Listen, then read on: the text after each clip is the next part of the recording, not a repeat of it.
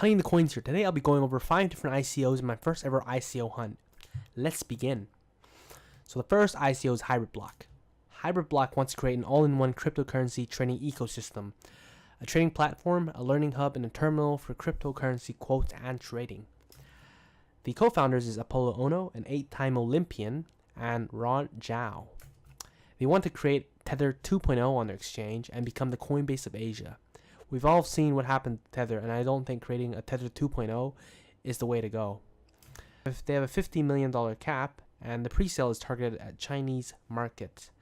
If you look on their video for HybridBlocks, you can see they have simplified Chinese in the subtitles, and I think that's just blatant disregard for the laws that are in place to prevent cryptocurrency trading and ICO in China. The market they're trying to enter is also very difficult. Asia is not the best country for cryptocurrency trading. If you look at the dominant countries for cryptocurrency, Japan and Korea, there are very successful exchanges in that area. And if you're trying to enter those countries, it's going to be extremely difficult. They also have no MVP, and the founders are involved in a multi-level marketing company, Elysian Sciences. And if you don't know anything about ML, the company model revolves around a triangle. And you know what else looks like a triangle? Be connected! This ICO is getting a negative from me. The next ICO is NEXO. It wants to become the world's first instant cryptocurrency overdraft and is backed by an online consumer lending company, Credissimo. So NEXO allows you to sell a crypto to get instant cash or to margin trade. NEXO token allows you to get dividends and is SEC compliant. You'll be getting 30% of the profits, and you can also use these tokens to pay for fees. But I think there are potential exchange listing problems in countries where there are security laws in place. I don't think they'll have any problems in the US if they're SEC compliant.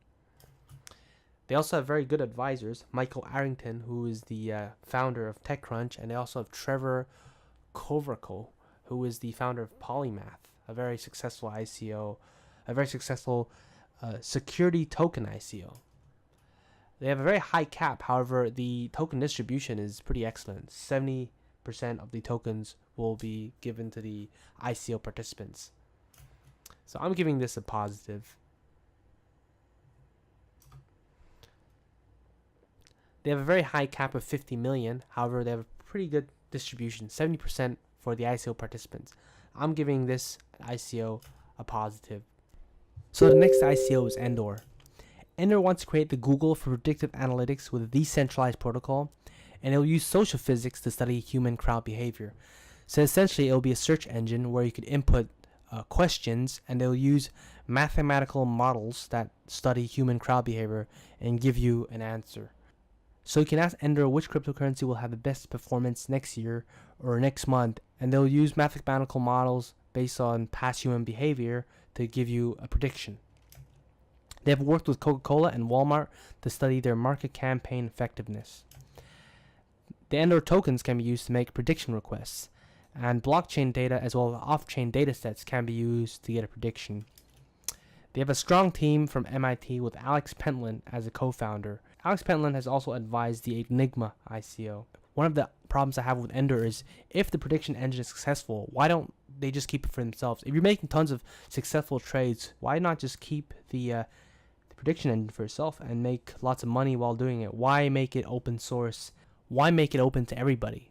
Another problem is there's a terrible token distribution. 20% of tokens for $45 million. That implies a market cap of $225 million.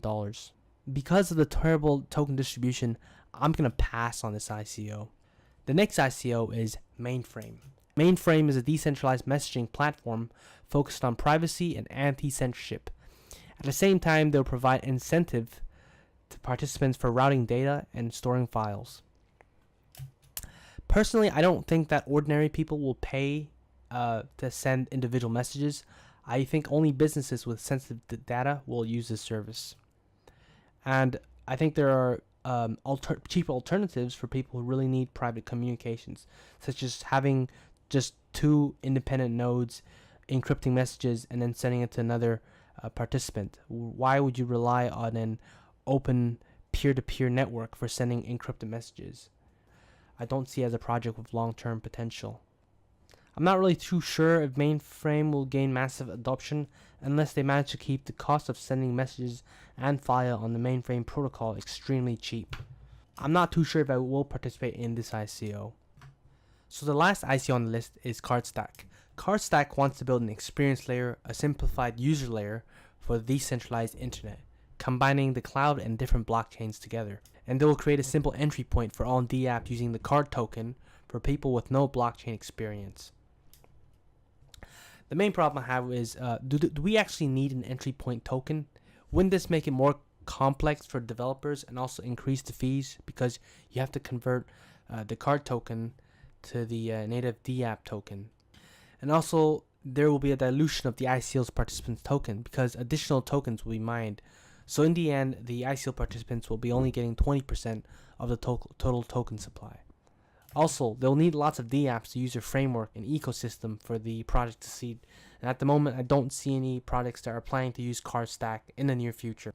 In my opinion, I think there are better alternatives rather than using a one-that-fits-all token to interact with dApps. So I'm passing on this ICO. I hope you enjoyed my video. Follow me on Twitter, join my Telegram channel, and I'll see you in the next one.